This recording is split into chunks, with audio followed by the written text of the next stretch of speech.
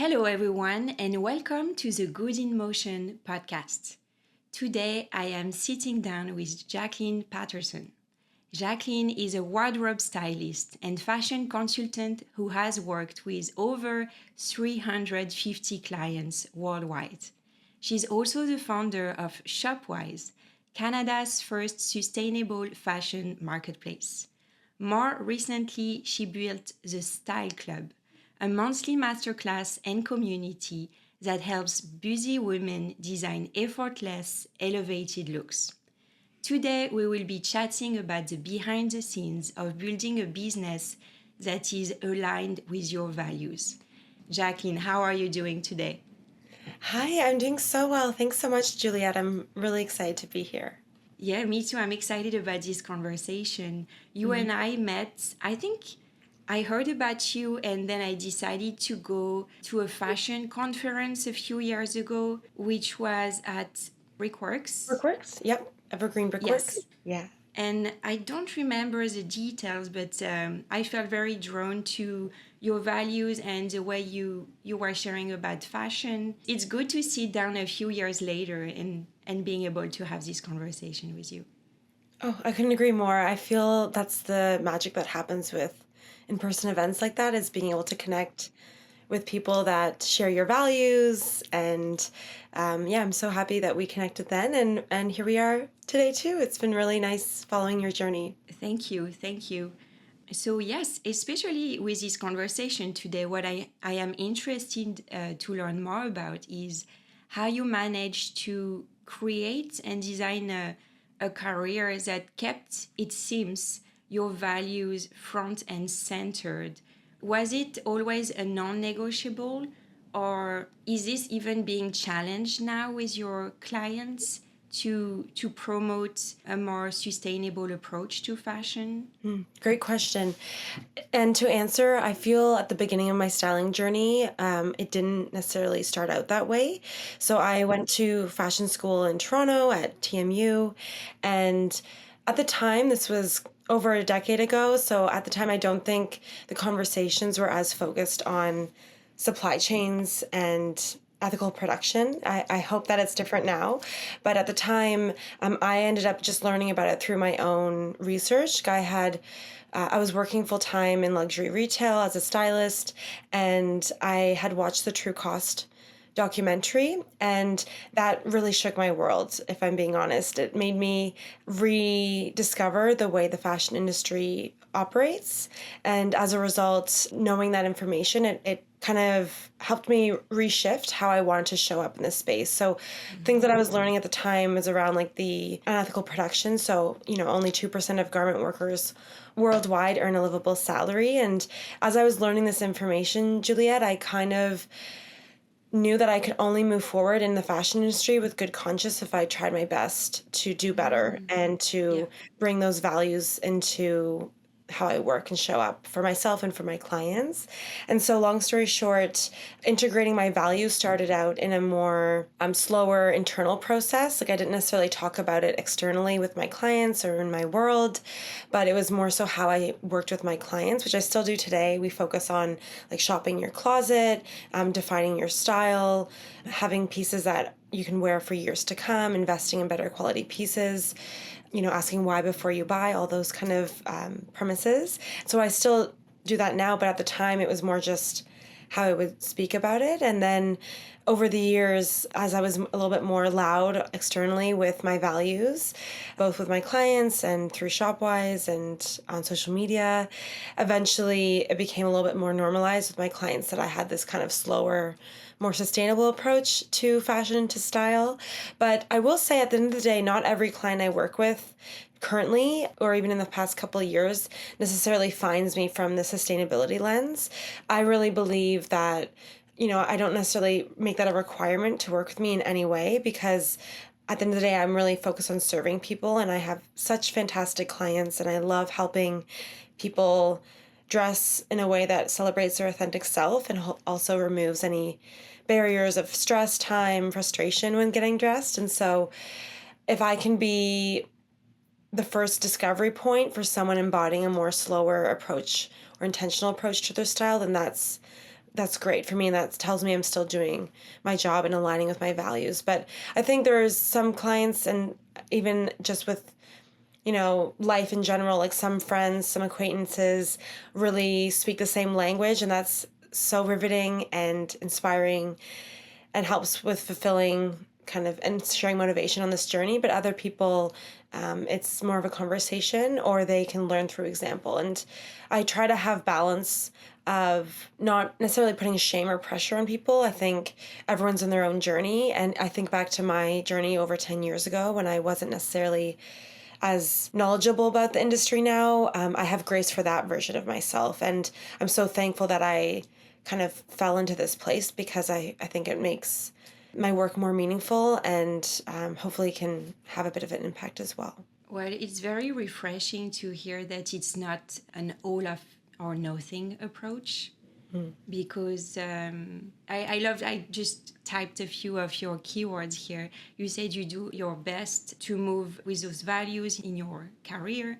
You also say that at the end of the day, your clients, they have a stress and frustration and time constraint when getting dressed up. So maybe if they're not already familiar with that language and that world around sustainability, it may add an additional stress. So I really liked how you nuanced your approach and what you're able to do with your clients. Absolutely. Thank you. Thank you so much.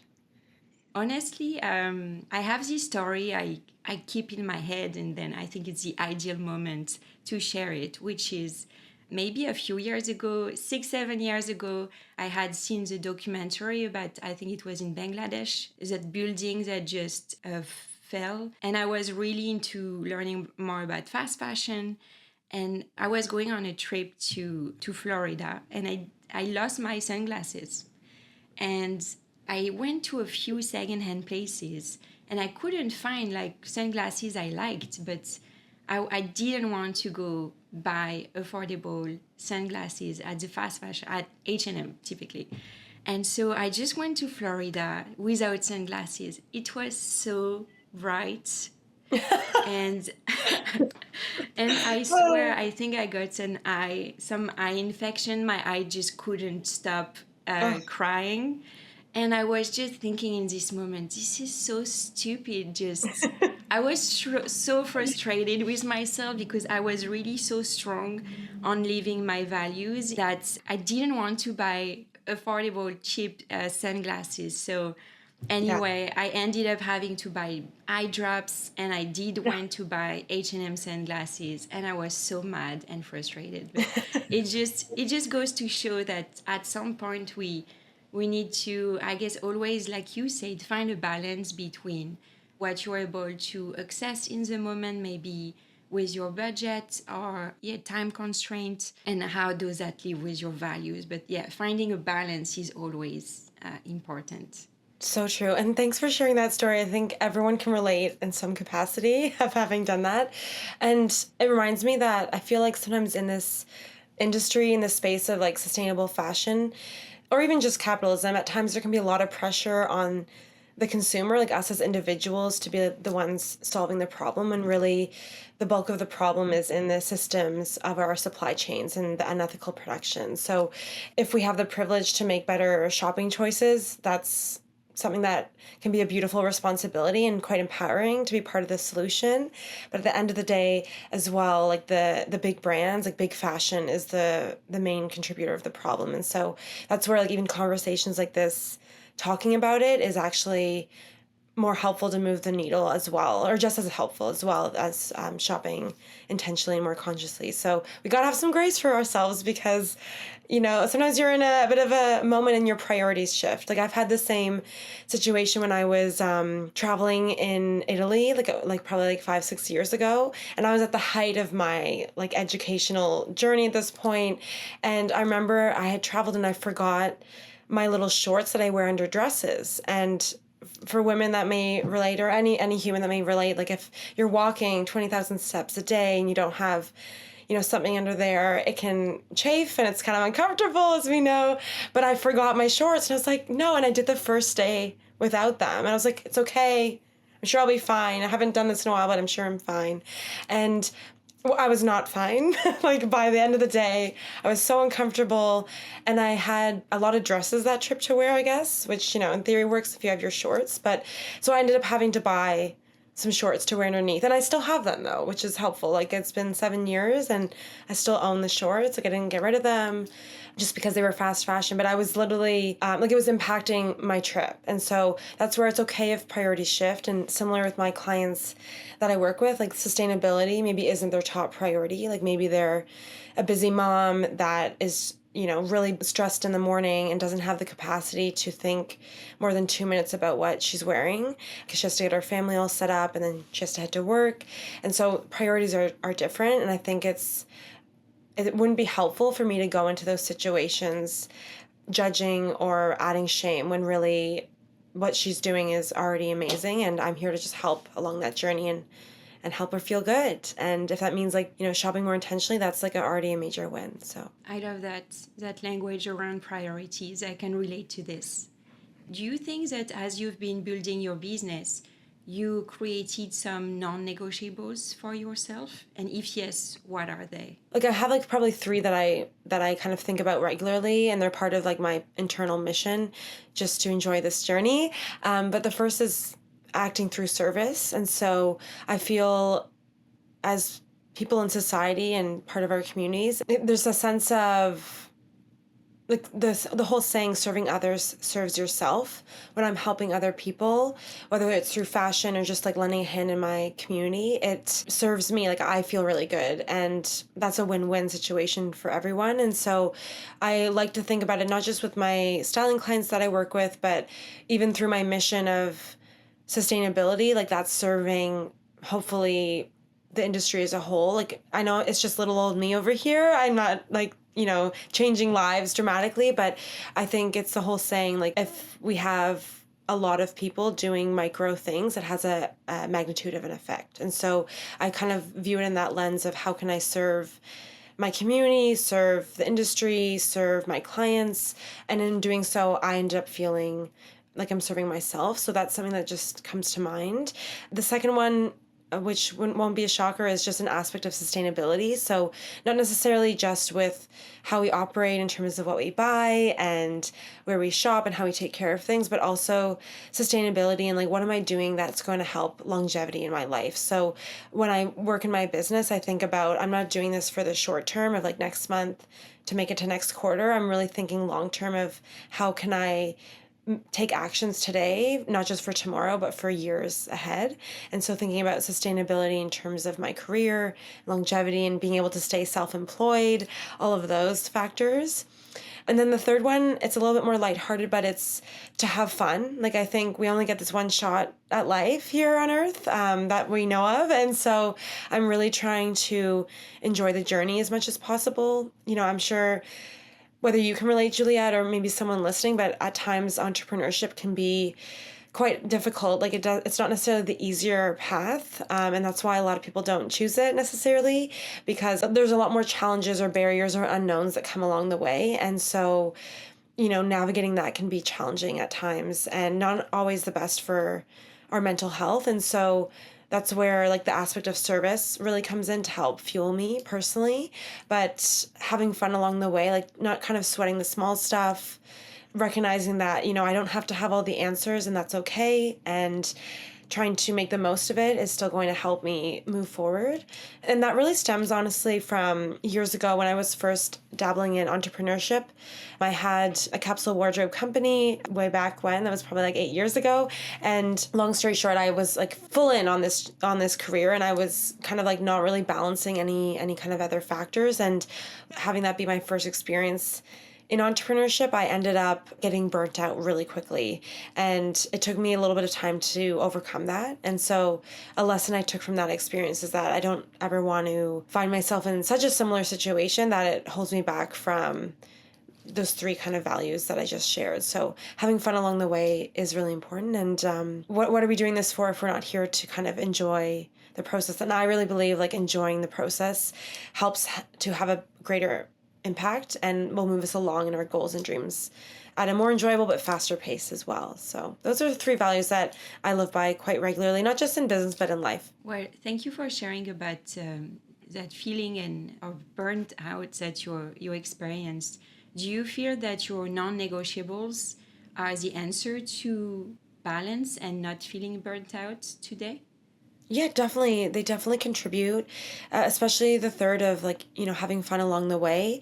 I think it's important to take time to celebrate. Like, I think at times we can feel a sense of haste that we have to move quickly and that these problems or these missions that we're solving or committed to a sense of purpose that it has to be instantaneous and that we're not successful if we're not doing it hastily, when in reality we have time. Sometimes taking the slower path actually has the greater magnitude and impact. And so taking time to celebrate along the way, whether that's, literally having dinners with friends, like having a dance party, taking some rest, getting outside, like those things are aspects of celebration to me that some can be greater than others and take more time than others, but they all have their purpose. But yeah, I do say that between the three, like service, sustainability, and joy, like those three definitely help me prevent burnout for sure. Well, thank you. I really feel like those non-negotiables are tips and tools I can borrow myself. So I'm sure it will help a lot of other entrepreneurs. During a previous conversation, you shared with me that clients usually tend to reach out to you when they are in a transition. I think most people are familiar that when you change your clothes and maybe the way you dress, you show up, it does something with your mindset as well. You kind of swap identities, you become another person. So I'm curious to know if you have examples of how reaching out to you helped women just switch identities, maybe becoming more confident in themselves. Absolutely. And I couldn't agree more. From our previous conversation, it's definitely a running theme I see. And I love that you brought up the power of personal style. It's kind of one of those things that for anyone listening, if you feel like there's a day that you were dressed in an outfit that just felt so good to you, like you felt authentically yourself, and it doesn't matter what the outfit was or how fancy or casual it is, but for some reason when you're wearing those pieces, like the combination, you just felt so good and it felt just like a natural expression of yourself. And that's what I define as authentic personal style. So when you're wearing something that lights you up and you're not necessarily worrying about trends or other people's opinions, it's about your own self-expression and self-identity. No matter your lifestyle, we all have an aspect of personal style. And so I do find that over the years that has been a trend of my clients going through some transition. And someone who comes to mind, I won't use her real name just in case, but I'll say her name is Tessa. She is a client I've worked with in the last couple of years, and she made a shift from working full-time in social work to having her own business. And when we worked together, she was kind of just in the early days of registering her business, like setting up her offers, and she felt like the clothes she had wasn't necessarily recognizing this identity, and she just felt something was off, and we kind of spent some time to determine that together. But what's been really amazing to witness is that in doing so, we kind of like celebrated this era that she was stepping into. So sometimes we need to reevaluate. Like life is hopefully beautifully long, and we have different stages and journeys that we can celebrate different parts of ourselves. And so with my client Tessa, she was wanting to celebrate this new era, and her clothes she felt wasn't necessarily working for even lifestyle. Like her day-to-day was looking different, so she didn't necessarily have to dress as she was previously for her job before. And so literally from like a functional point of view, her outfits had the opportunity to change, not as dressy or as business formal. And then as well, she wanted to kind of use this as an opportunity to have her brand identity come through, because a lot of business owners that I work with, your brand is your business, right? And so she wanted to make sure that her persona for her headshots and her website and any content she had to share for marketing assets really related to her authentic personal style. So it was almost mixing like day-to-day personal outfits with like business, and often I find they do very much overlap, whether it's through your own business or if you work somewhere. And so, yeah, it was just really amazing to kind of redefine her style together. So we created like a style board, a new mood board that visually represented how she wanted to show up. And that I always say fashion and style is visual, so we need photos to communicate the personal style that we're conveying. And then from there, we had like a home styling session where we created some new outfits using her wardrobe. We then did some shopping together locally in Toronto and went to some local boutiques.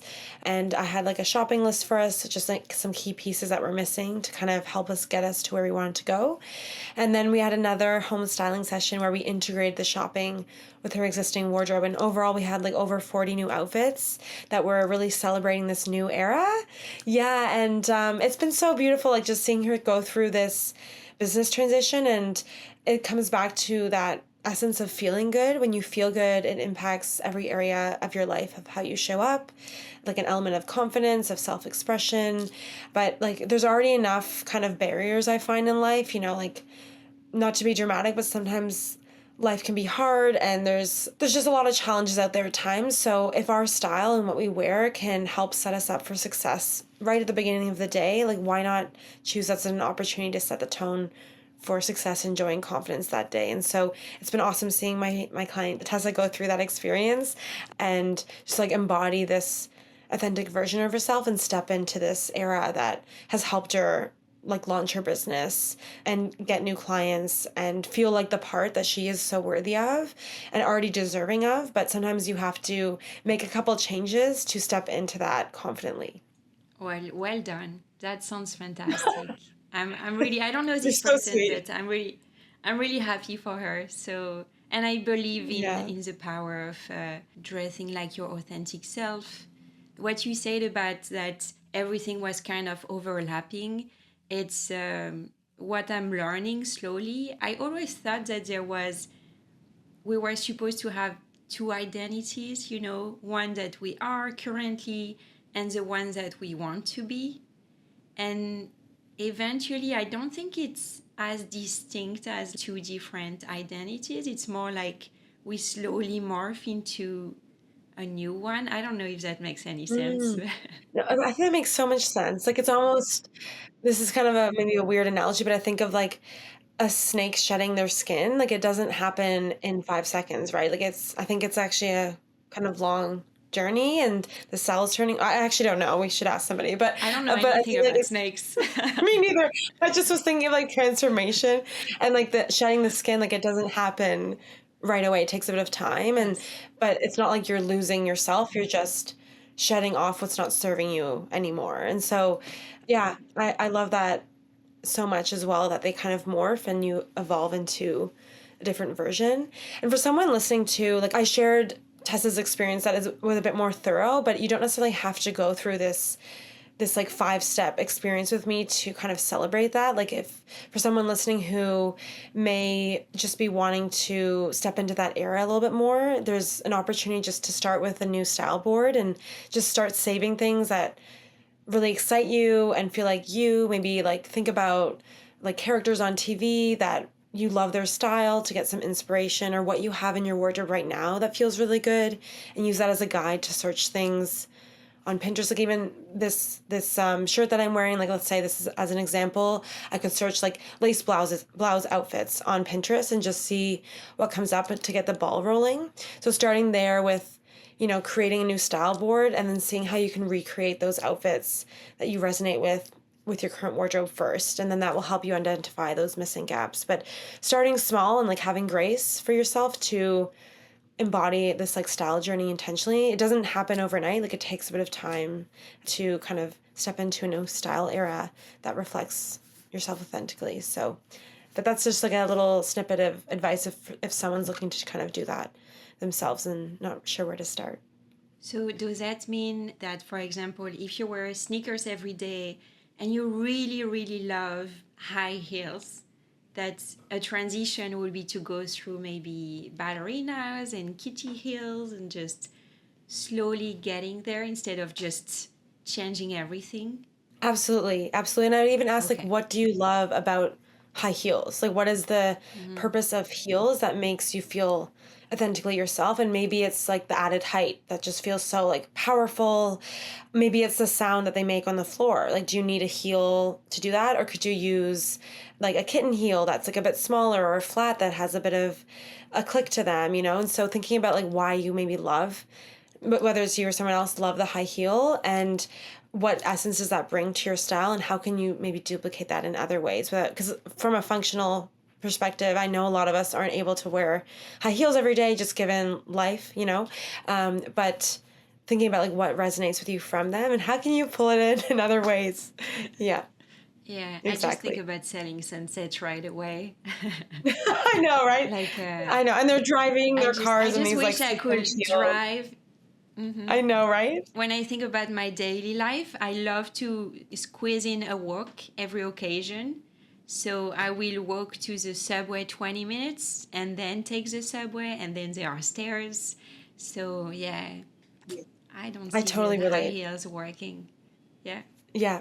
No, I couldn't relate more. And I think that's why like personal style has to be functional. I see sometimes when I'm working with clients, when we're creating the style board, at times I'll see people gravitating towards a more like aspirational style, and that's beautiful and wonderful, and we can still pull from that, but your personal style needs to be realistic, like what actually reflects your lifestyle, to actually make it reality and embrace how you're actually spending your day to day, not just on these like fancy occasions when you're going out to dinner. It's like, what are you wearing day to day, and how can we make you feel really good in those day to day outfits? Because that's where a lot of life happens, in the kind of the mundane day to day that can be really beautiful.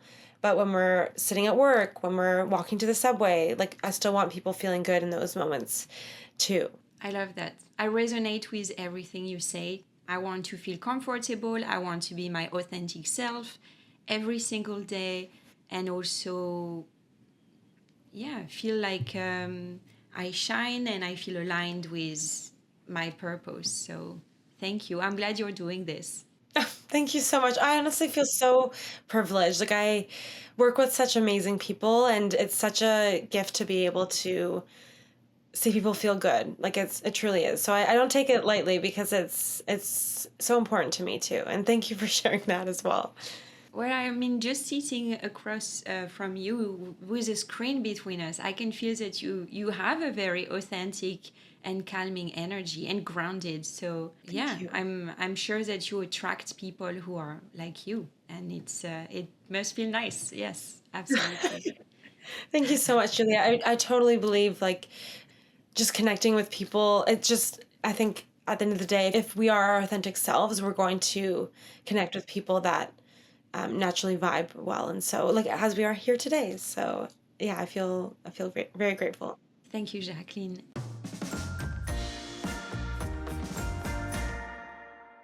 We reach the next segment, which is the Spin the Wheel of Life segment. I will spin the wheel, and depending on the category we fall on, I will have a related question that we will both answer. Perfect. I'll click. Let's go.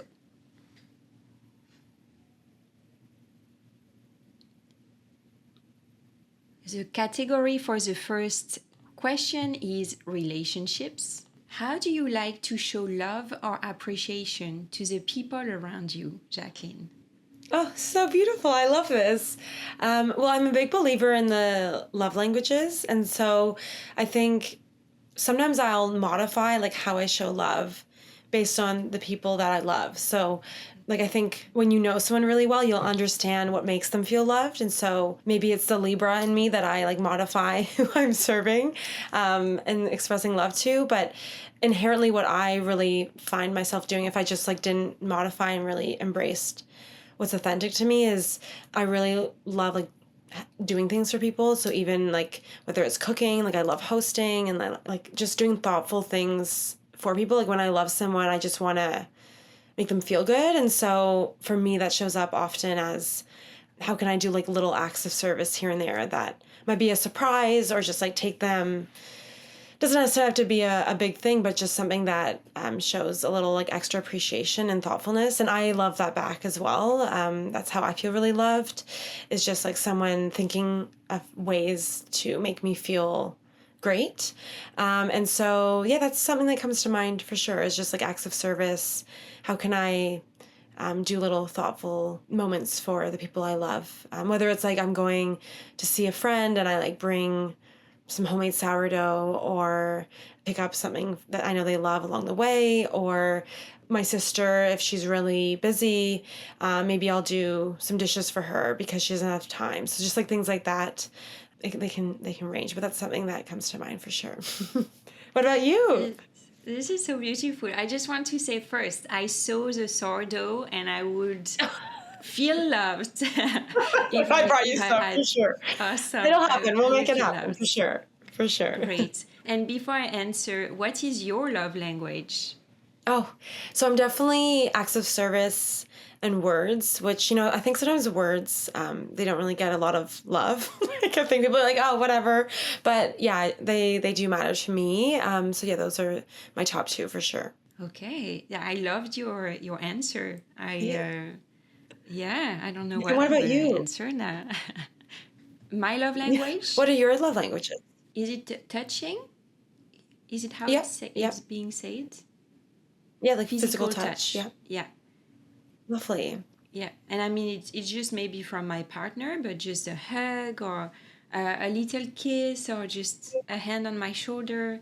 It So really lovely. multiply. I feel special and loved. How do you like to show love or appreciation to the people around you? I have these questions written in advance, but I don't practice them. So, um, It's okay. We get your real fresh answer.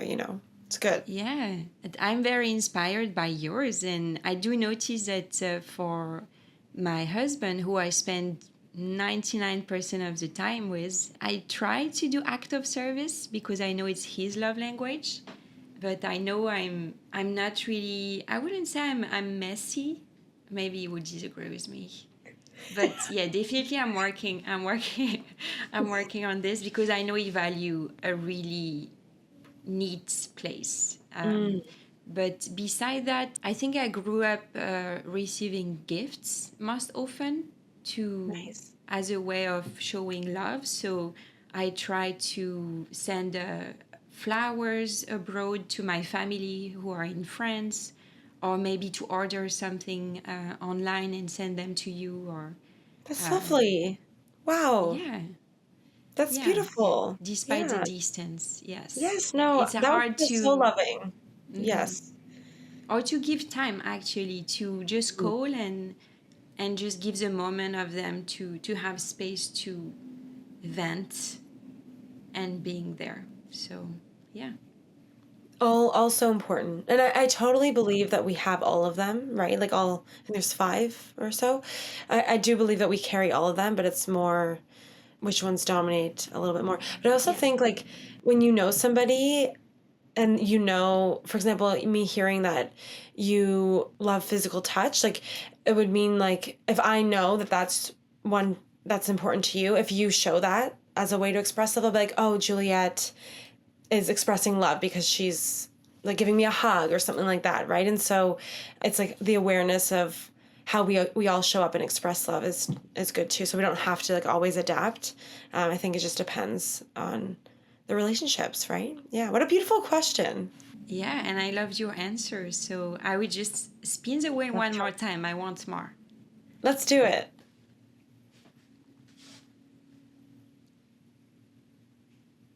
For the second category, we have emotions and meaning. It's a good one. Jaclyn, what's a belief or mantra that gives your life extra meaning? Oh my gosh. What a beautiful question. I guess like a mantra I think of a lot is that I guess it's not necessarily a mantra, but just how we're here to share life with others. Like it's not necessarily, there's not like a saying that comes to my mind, but it's something I think about a lot is that like joy is greater shared and like every impact is greater when shared. And so not thinking necessarily from a selfish me perspective, but like I think sometimes in society nowadays we become very like an individualistic society. Like we're focused on me and I and what I need and what I can do and what serves me versus like we, like in terms of talking about a community and a collaborative society. I think that's inherently what we're supposed to be doing. And true joy can come from community. And so I think often something that comes to my mind is like, how can things we have be magnetized through sharing and community? And so it's as simple as, instead of like staying in one night, like how can we, without it being like a big thing, like maybe it's how can you share your time with casually with some people you really love, or sometimes even just doing activities. Like I think older me was very used to doing things alone. Like I'm quite independent. I've kind of had to be in some ways. But then I realized I'm like, you know what? It's okay. I'm very extroverted, but I can be independent. So at times I would just find myself in this rhythm of like doing things more alone, like things that I love doing. But then I've started to think like, okay, what can I do that helps to bring others along, and we can like share this experience together, and it's greater and more joyful when shared. Like any emotion is greater when shared, or lighter when shared. Like even grief or sorrow can be lighter when shared, but joy can be greater when shared as well. And so I just said shared so many times, but at the end of the day, I think about how can we create more of like a cohesive, like we community versus like a more individualistic community space. I can't help but ask a follow up question about this, because each time I sit down with women entrepreneurs, women with a vision, I started to notice patterns and topics that come back. And one of them is creating boundaries. So, what you're expressing is different from what I've heard previously. So, I'm curious if maybe you have in place a way to fill your cup that allows you to spend more time with other people. I don't know Yeah. where I'm going with this. No, I think that's so fascinating. How do you recharge versus give back to others? Great question. Yeah, and I do agree, like boundaries are so important. Like even if you asked me this 10 years ago, I wouldn't have really like understood the importance of boundaries. But I think there's a balance and a fine line of like protecting your peace versus serving and spending time with others, whether through business or like personally or professionally, I would say. But I feel like how I'll respond is like from a business perspective, like if I get a full body yes to something, like if I get an opportunity or like an event opportunity or collaboration, I want like to have a positive response physically to that, like get excited, I can imagine that feeling a full body yes, as I said. So that's how I'll discern what's the right fit for me in terms of a professional sense. And that sometimes means saying no or not right now to certain opportunities or even business friends or acquaintances that I've met along the way, because I don't want to show up as a version of myself that's either like resentful or spread too thin or saying yes to something out of guilt or obligation versus this is a great fit for us to collaborate on and it's going to support both of our businesses. Sometimes the right answer is not right now, or maybe later, or I want to support you in other ways by showing up to the event instead of being part of it. So there's always different kind of judgment calls there based on like so many other external factors. But I do agree that that's necessary, because if we're spread too thin, then like nothing gets moved along forward, right? Like no, there's no progress made because we're trying to move all the barriers along at the same time and nothing gets kind of shifted forward, because we are only one person with only so many hours in the day. And then even personally, like I mentioned, I'm an extrovert, but I think anyone needs alone time at times. And so for me, it comes down to like doing activities that really light me up, but then integrating people where it makes sense. So kind of having that balance. But I also feel like in summer, like we're at the time of this recording, it's the height of summer, and I think it's okay to have seasons. Like in summer, I feel more social and more out there and wanting to be more involved in things, and it's okay in different seasons to kind of like turn inwards a little bit more as well. So just kind of having that intuition along the way to see what serves best. But boundaries are very important. We definitely need them for the short term and for the long term. What about you? First, this is a great tip to lead with a physical sensation that it's a full body yes. So the question was, what's a belief or mantra that gives your life extra meaning? For me, it's what comes back often is one step at a time. Beautiful. Of course, it just invites me to slow down, because I think a lot of people have so many ideas and a grand vision that requires a lot of efforts and also then a lot of time. But at some point it becomes overwhelming because even if you make big moves and little rewards come back at the moment because good things take time, then this disappointment can come, and this is where my mantra reminds me to move slowly with purpose and to be patient with myself. That just like you said previously, there is time. It's so beautiful. I really resonate with that as well. I love how simple it is too, because sometimes the simplest words can have the biggest impact, and it's easy for that to come through when you're maybe not feeling that way, and you just have to give yourself that reminder. So thank you. It was a good reminder for me too today. We're sharing tips. That's what this is for.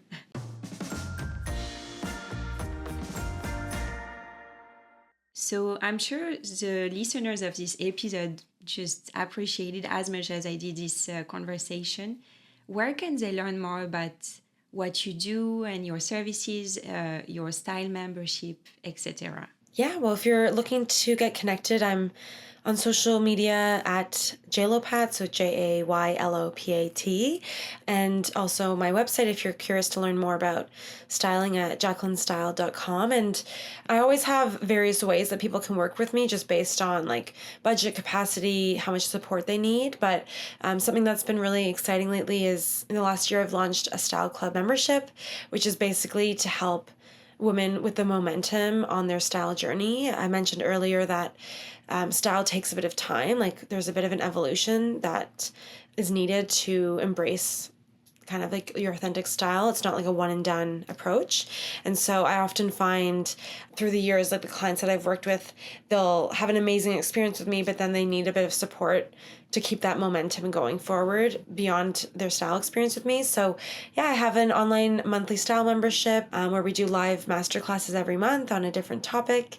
And it's a great fit for someone who just has the tools to do some stuff themselves, like has a great wardrobe, is interested in more style support, but wants a bit of community and connection along the way. And so also for anyone who's looking to learn more about sustainability or want to discover some more sustainable brands, I do have this platform called Shopwise where we make it easier for people to shop and discover more slow and sustainable fashion brands. And so feel free to take a look as well. It's at Shopwise Official. Thank you so much, Jaclyn, for sharing these resources. I will add them to the website as well.